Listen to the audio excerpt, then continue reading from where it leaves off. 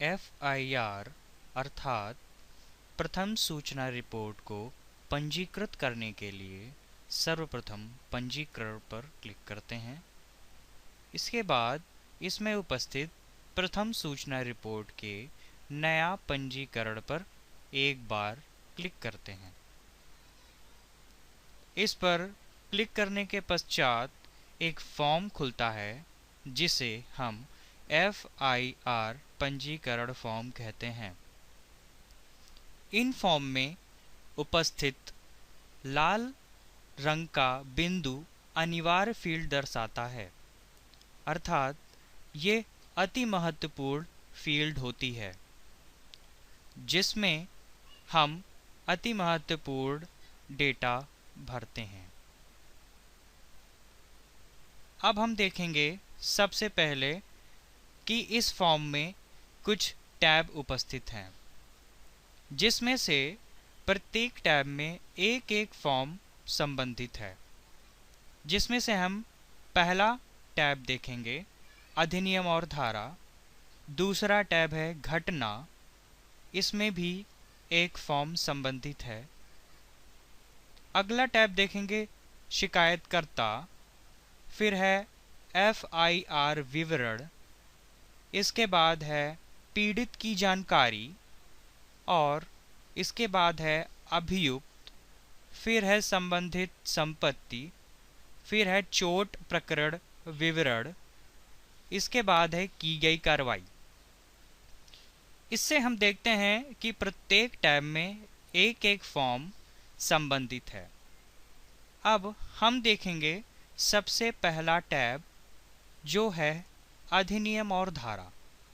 अधिनियम और धारा में हम सबसे पहली फील्ड देखते हैं सामान्य दैनिकी संख्या। सामान्य दैनिकी संख्या में उपस्थित खोजे बटन में क्लिक करके हम इसके पहले की गई GD को इन कैलेंडर के माध्यम से हम इसमें प्रकट कर लेते हैं। इसके बाद जमा करे में जैसे ही क्लिक करते हैं तो हमारा GD इन खानों में दर्ज हो जाएगी, अर्थात हमारी जो GD पहले से की गई है वो खोजे में क्लिक करते ही इन खानों में स्वतः दर्ज हो जाएगी। इसके बाद शिकायतकर्ता के स्रोत। शिकायतकर्ता के स्रोत के सामने उपस्थित बॉक्स में हम चुनाव करते हैं कि शिकायत का स्रोत क्या है। इसके बाद हम उसके दाहिनी ओर देख रहे हैं सूचना का प्रकार। सूचना का प्रकार किस तरह है वो हम चुनाव करते हैं इन दो बिंदुओं के माध्यम से। पहला है लिखित, दूसरा बिंदु है मौखिक। यदि सूचना लिखित है तो लिखित में क्लिक करते हैं, यदि मौखिक है तो मौखिक में क्लिक करते हैं। यदि हमारा सूचना मौखिक है तो सूचना के लिए यदि कंप्लेन दर्ज की गई है तो कंप्लेन अर्थात शिकायत की कोई संख्या होगी, उस संख्या को हम खोजे बटन में क्लिक करके शिकायत संख्या इसके अंदर स्वतः मौजूद करा देंगे। इसके बाद है हमारा अधिनियम और धारा। अधिनियम और धारा में हम देख रहे हैं कि ये एक अति महत्वपूर्ण फील्ड है, अर्थात इसमें हम सामने वाले बॉक्स में उपस्थित लिस्ट के माध्यम से हम जो अधिनियम इसके अंदर उपस्थित हैं हम इसके अंदर दर्ज कराते हैं। इसके बाद दाहिनी तरफ देख रहे हैं धारा।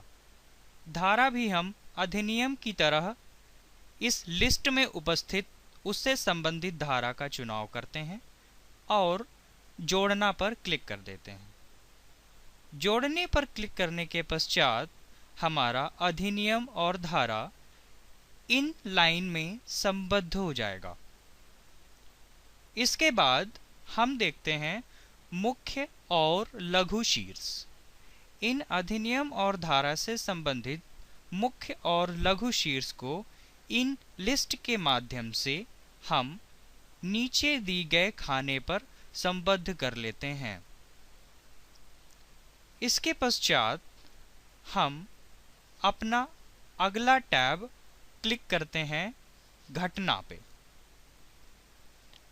इसके बाद घटना में क्लिक करके हम देखते हैं इसमें एक बटन दिखाई पड़ रही है, नया जोड़ें। नया जोड़े पर जैसे ही क्लिक करते हैं एक फॉर्म खुलता है, जिस फॉर्म को कहते हैं घटना की सूचना।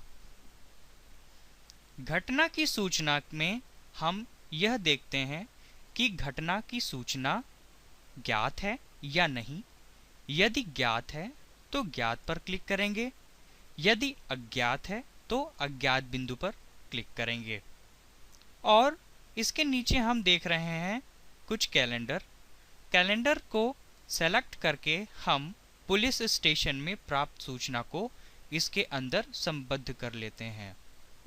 इसके बाद हम देख रहे हैं देरी का कारण। यदि कोई देरी हुई है तो उसके सामने वाले बॉक्स में उपस्थित खाने पे हम उस देरी का कारण निहित कर देते हैं। इसके बाद है घटना के पुलिस स्टेशन का विवरण।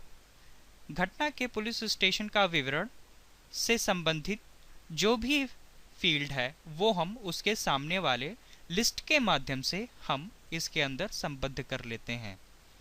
इसके बाद है घटना स्थल। घटना स्थल से संबंधित उसका मकान नंबर, गली का नाम, कॉलोनी, ग्राम, तहसील, पिन कोड, इससे संबंधित सारा डेटा हम उसके सामने वाले खाने पर दर्ज कर देते हैं। इसके बाद है सीमा के बाहर का विवरण। यदि सीमा के बाहर का कोई विवरण है तो इन खानों में उपस्थित लिस्ट के माध्यम से हम इसके अंदर संबद्ध कर देते हैं। इसके बाद है संगठित अपराध। संगठित अपराध में यदि कोई संगठित अपराध है तो इस लिस्ट के माध्यम से हम संगठित अपराध को इसके अंदर संबद्ध कर लेते हैं। तत्पश्चात इसके बाद हम सहेजे पर क्लिक कर देते हैं। इसके बाद है हमारा अगला टैब शिकायतकर्ता। शिकायतकर्ता में हम पहला टैब देख रहे हैं, इसके अंतर्गत है निजी जानकारी। दूसरा टैब है पता। तीसरा है अन्य जानकारी। इसके बाद हम इसी में सबसे पहले टैब देखेंगे निजी जानकारी। निजी जानकारी में हम देख रहे हैं पहली फील्ड है हमारी यूआईडी, प्रथम नाम, मध्य नाम, अंतिम नाम, उपनाम, संबंध किस्म, संबंधी का नाम, संबंधी का उपनाम। और हमारे दाहिनी तरफ कुछ फील्ड उपस्थित हैं जो कि हैं लिंग, जन्म तिथि, आयु, वैवाहिक स्थिति, mobile number, landline number, email ID. ये कुछ फील्ड हैं जो उसके सामने वाले खाने पर हम लिख सकते हैं। इसके बाद शिकायतकर्ता के अंदर ही एक अगला टैब है पता। पता में हम कुछ हमारे पास फील्ड उपस्थित हैं, मकान नंबर, गली का नाम, कॉलोनी, ग्राम, तहसील। ये हमारी फील्ड कुछ इस प्रकार से उपस्थित हैं जिसमें सामने उपस्थित खाने में हम उससे संबंधित डेटा भर सकते हैं। इसके बाद अगला टैब है अन्य जानकारी। शिकायतकर्ता की अन्य जानकारी हम कुछ इस प्रकार से इन उपस्थित फील्ड के सामने उपस्थित बॉक्स में सिलेक्शन करके भर सकते हैं। जैसे आप देख रहे हैं हमारी नागरिकता, ये अनिवार्य फील्ड दर्शाता है। इसमें हम देख रहे हैं कुछ फील्ड दिखी हुई हैं जो कि हमारी नागरिकता से संबंधित हैं, अर्थात इसको हम सिलेक्ट करके नीचे लिखे हुए खाने पर संबद्ध कर लेंगे। इसके बाद है FIR का विवरण। अगला टैब हम देख रहे हैं FIR का विवरण। FIR का विवरण हम 8000 वर्ड अधिकतम से संबंधित वर्ड को इस खाने के अंदर लिख सकते हैं। एफआईआर का विवरण लिखने के पश्चात यदि हमारे पास इस केस से संबंधित कोई दस्तावेज है तो दस्तावेज को इस फॉर्म में अपलोड करने के लिए जोड़ना पर क्लिक करते हैं। जोड़ने पर क्लिक करने के बाद एक ब्राउज़र करें एक बटन उपलब्ध होता है, इसमें हम क्लिक करते हैं। क्लिक करने के पश्चात हमारे कंप्यूटर की एक विंडो ओपन होती है। उससे संबंधित हम डेटा को सिलेक्ट करके ओपन पे जैसे क्लिक करते हैं, यहाँ पर हमारा डेटा अपलोड हो जाता है। इसके बाद हमारा अगला टैब है पीड़ित की जानकारी। पीड़ित की जानकारी में हम देख रहे हैं ये अनिवार्य फील्ड पीड़ित। यदि पीड़ित ज्ञात है तो ज्ञात बिंदु पर क्लिक करते हैं, यदि अज्ञात है तो अज्ञात बिंदु पर क्लिक करते हैं।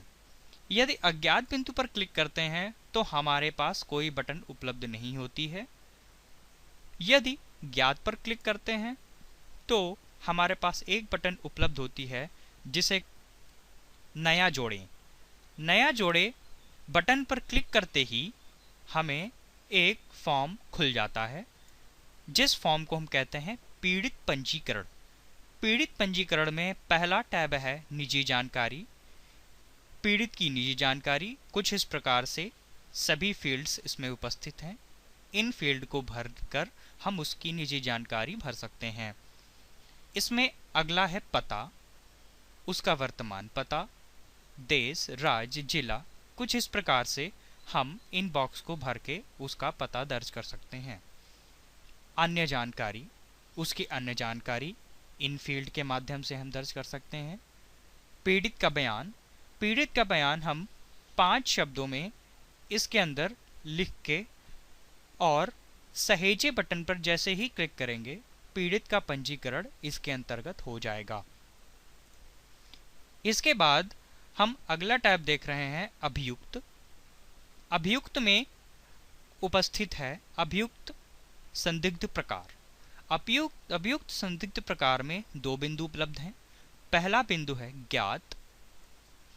ज्ञात बिंदु पर क्लिक करते ही हमारा एक अभियुक्त की सूचना का विंडो खुल जाएगा। अभियुक्त की सूचना का विंडो खुलते ही हमारे पास कुछ फील्ड दिख रही हैं। इन फील्ड को भरकर हम निजी जानकारी भर सकते हैं। इसके बाद है अगला टैब अभियुक्त सूचना में अन्य जानकारी। उसकी अन्य जानकारी नागरिकता, पहचान प्रकार, आईडी नंबर, इससे संबंधित जानकारी इसमें हम डेटा में भरकर उपलब्ध करा सकते हैं। इसके बाद है इसमें अगला टैब शारीरिक विवरण।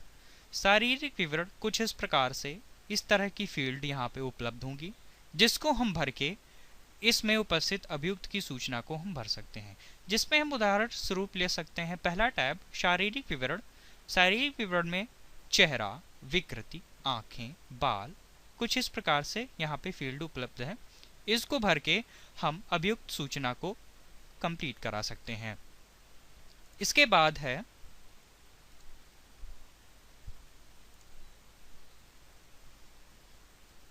अब हमारा अगला टैब है संबंधित संपत्ति। संबंधित संपत्ति में हमारा इस टैब के अंतर्गत एक अनिवार्य फील्ड प्रदर्शित हो रही है, जिसको हम देख रहे हैं संबंधित संपत्ति। संबंधित संपत्ति में 2 बिंदु उपलब्ध हैं। पहला बिंदु हाँ, दूसरा बिंदु नहीं। यदि संबंधित संपत्ति इस केस से संबंधित है तो हाँ में क्लिक करते हैं। यदि इससे संबंधित संपत्ति नहीं है तो नहीं पर क्लिक करते हैं। आइए देखते हैं कि हाँ में क्लिक करने पर क्या होता है।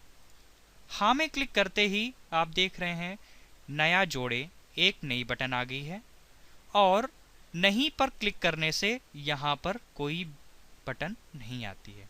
अर्थात हाँ में क्लिक करते ही नया जोड़े बटन यदि आता है तो इसमें क्लिक करने के पश्चात हमें एक नई विंडो खुली हुई प्रतीत होगी, जिसमें हम देख रहे हैं कुछ अनिवार्य फील्ड हैं इसमें, जो है संपत्ति श्रेणी। संपत्ति श्रेणी के सामने एक लिस्ट उपस्थित है। उस लिस्ट में उसको सेलेक्ट करके हम आगे की फील्ड भर सकते हैं। इसके बाद हमारा है क्या संपत्ति का सत्यापन किया, यदि हाँ तो हाँ में क्लिक करेंगे, नहीं तो नहीं पर क्लिक कर देंगे। इसके पश्चात हमारा अगला टैब है चोट प्रकरण विवरण। एफआईआर पंजीकरण के से संबंधित यदि कोई चोट प्रकरण विवरण है तो इस फॉर्म के माध्यम से हम उसके डेटा को भर सकते हैं, जिसके अंतर्गत हमारी कुछ फील्ड हैं। व्यक्ति विवरण, व्यक्ति विवरण में मृतक का विवरण, गैर घायल, प्राथमिकी से जोड़ना, दस्तावेज अपलोड करना, गंभीर चोट, साधारण चोट, चोट के कारण, ये सारी फील्ड उनके सामने उपस्थित बॉक्स में हम भर सकते हैं। इसके बाद अगला टैब है हमारा की गई कार्रवाई। की गई कार्रवाई में हमारा कुछ अनिवार्य फील्ड हैं, जिसमें है की गई कार्रवाई। इसके सामने एक लिस्ट उपस्थित है। की गई कार्रवाई में यदि अनुसंधान अधिकारी की नियुक्ति करें, दूसरा है इनकार किया, तीसरा है स्थानांतरित। यदि एफआईआर से संबंधित यदि अनुसंधान अधिकारी की नियुक्ति होती है तो अनुसंधान अधिकारी की नियुक्ति करें में क्लिक करते हैं। इसके पश्चात आपको नई फील्ड दिखेगी, क्या आपको एफआईआर गुप्त अर्थात अदृश्य रखने की आवश्यकता है? हाँ तो हाँ में क्लिक करेंगे, नहीं तो नहीं पर क्लिक कर देंगे। इसके बाद यदि नहीं पर क्लिक करते हैं तो एक अनिवार्य फील्ड और है, जिसको हम कहते हैं अन्वेषण अधिकारी का नाम। अन्वेषण अधिकारी का नाम हम इस लिस्ट के माध्यम से सिलेक्ट करते हैं। सिलेक्ट करके इसमें हम दर्ज करा लेते हैं। इसके पश्चात एफआईआर पंजीकरण से संबंधित सभी टैब्स यदि भर गए हैं तो भरने के पश्चात हम जमा करे पर क्लिक कर देते हैं। जमा करे पर क्लिक करते ही हमारा एफआईआर पंजीकरण कंप्लीट हो जाएगा। धन्यवाद।